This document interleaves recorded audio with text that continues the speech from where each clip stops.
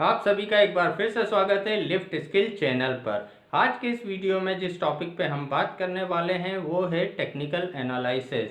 चाहे हम stock market में वर्क करते हैं या हम कमोडिटी मार्केट में वर्क करते हैं, हम एक प्रोबेबिलिटी पे काम करते हैं, संभावनाओं पे काम करते हैं। हमें लगता है बढ़ेगा तो हम खरीदते हैं, हमें लगता है गिरेगा तो हम बेचते हैं। ये सारी एक संभावनाओं पे हम वर्क करते हैं और उन संभावनाओं को प्रिडिक्ट करने के लिए हम टेक्निकल एनालिसिस टूल का यूज़ करते हैं, टेक्निकल एनालिसिस सॉफ्टवेयर का यूज़ करते हैं। लेकिन यहाँ पर उसके बाद भी कई बार हम देखते हैं कि हमारे पास नॉलेज टेक्निकल एनालिसिस का बहुत अच्छा है, लेकिन रिजल्ट जो है हमारे फेवर में नहीं आ रहा।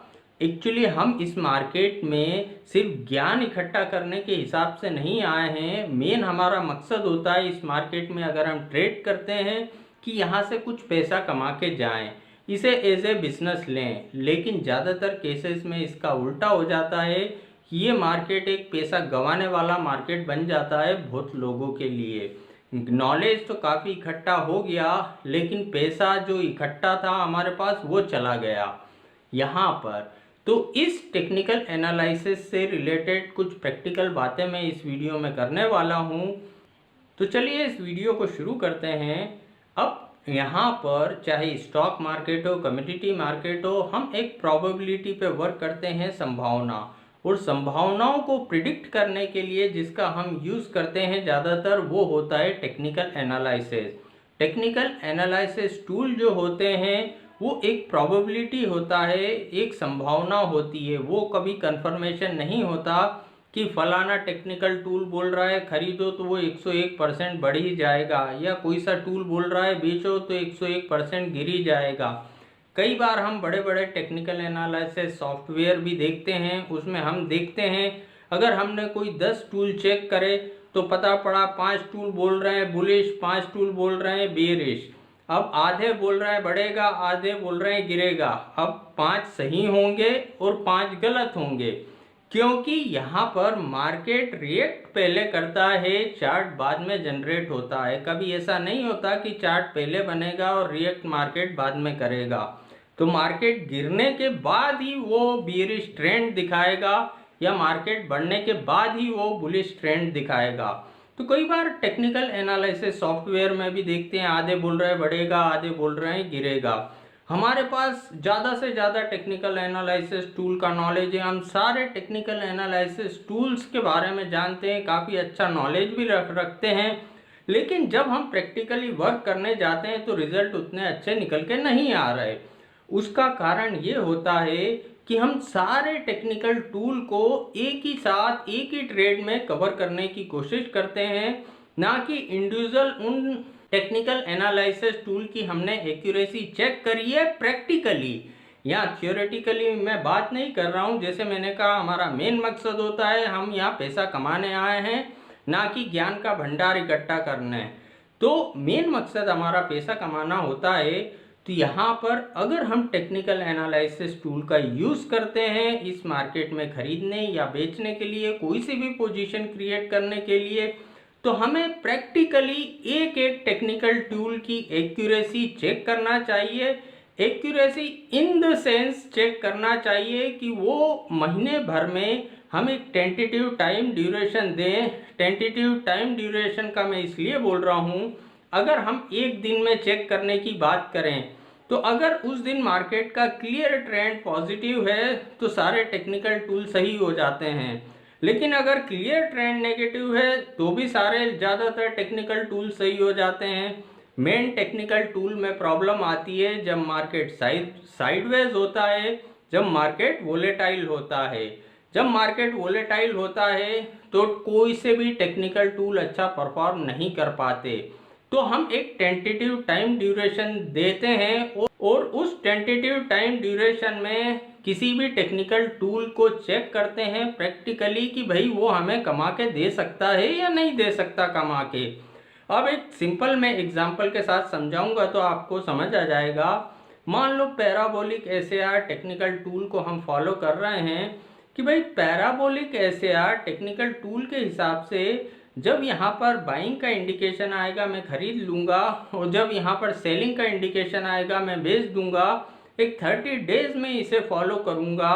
सपोज मैं किसी भी स्टॉक में कर रहा हूँ वर्क, मान लो वो 100 रुपये का स्टॉक है, कंटिन्यू उस 100 रुपये के स्टॉक में मैंने इसे चेक करा, तो यहाँ पर 100 से वो 110 गया, तब तक वो ट्रेंड पॉजिटिव था पैराबोलिक एसएआर का। अब जब 100 पे गया, वहाँ 110 पे गया, 110 से वो गिरा, तो यहाँ पर 110 पे हमें पता नहीं चलेगा कि वो अब गिरने वाला है। जब वो 110 से थोड़ा नीचे आ जाएगा, 107 आ गया, उसके बाद यहाँ पर पैराबोलिक एसएआर में ट्रेंड चेंज हुआ कि अब ये गिरेगा, तो हमने बाइंग पोजीशन स्क्वायर अप करी और उसकी जगह एक शॉर्ट पोजीशन क्रिएट कर ली। इस तरीके से कंटिन्यू महीने भर हम टेक्निकल टूल को चेक करा, इंडिविजुअल टेक्निकल टूल को चेक करा और उसमें देखा कि हम किसी एक पर्टिकुलर स्टॉक को लेकर चले और उस स्टॉक को महीने भर पैराबोलिक एसएआर में चेक करा, तो हमने देखा कि महीने भर में हमें 20 पॉइंट मिले। एक महीने में हमें 20 पॉइंट मिले या एक महीने में हमें 20 पॉइंट लग गए।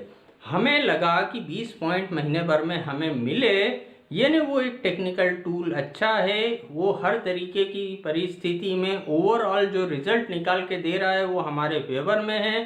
क्योंकि अगर हम एक टेंटेटिव टाइम ड्यूरेशन देते हैं महीने भर का, तो कुछ दिन मार्केट बुलिश होता है, कुछ दिन बेरिश होता है और कुछ दिन साइडवेज होता है।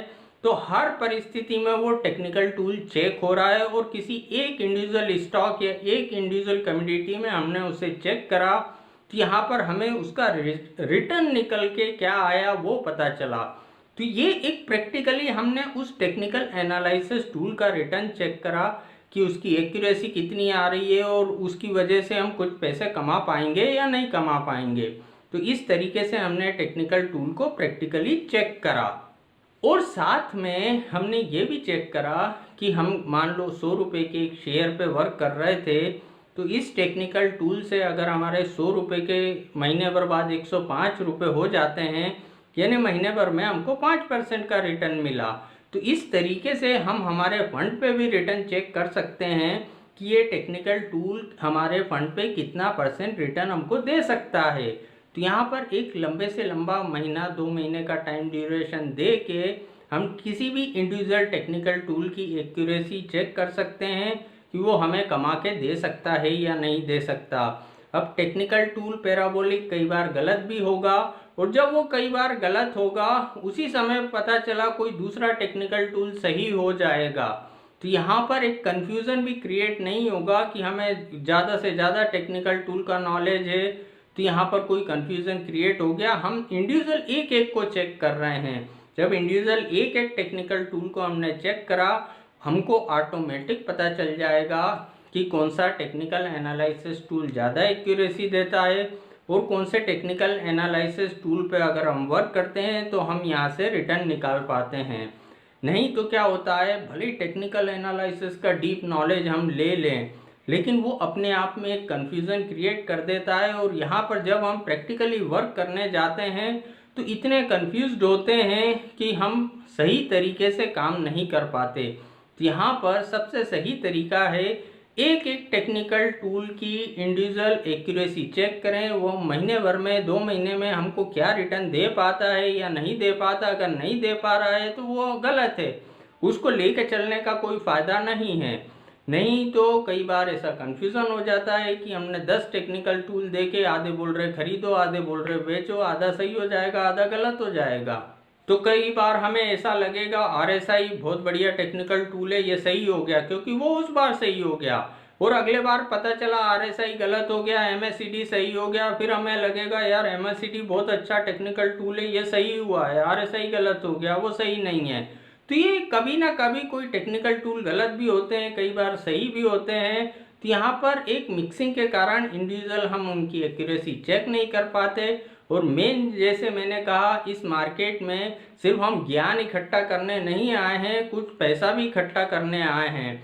तो प्रैक्टिकली अगर हम इन चीज़ों को प्रैक्टिकल अप्रोच के साथ चेक करते हुए करते हैं, भले ही स्टार्टिंग में महीना 2 महीना 3 महीना हमें इनको प्रैक्टिकली चेक करने में लगेगा, लेकिन कोई इशू नहीं है। हमने जब अपनी लाइफ के 20 से 25 साल स्कूल में, कॉलेज में, स्टडी में दे दिए तो ये 3 महीने कोई बड़ी बात नहीं है। उधर 25 साल दे दिए, इतना नहीं सोचा। लेकिन अगर यहाँ 3 महीने हम प्रैक्टिकली नॉलेज गेन करने में देंगे तो ये हमारे लिए एक लाइफ टाइम अर्निंग का सोर्स बन सकता है। तो आज के वीडियो में इतना ही। अगर ये वीडियो आपको पसंद आया हो तो वीडियो को लाइक करना ना भूलें। Thank you.